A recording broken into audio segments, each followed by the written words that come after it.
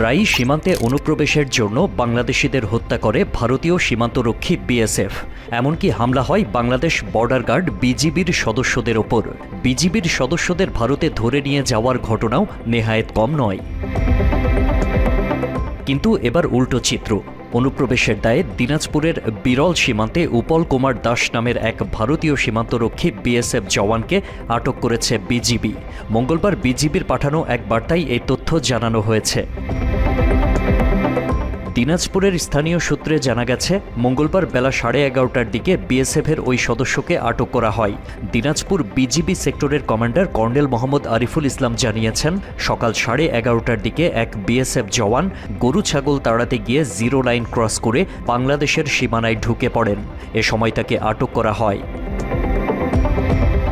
বিষয়টি বিএসএফ কর্মকর্তাদের জানানো হয়েছে।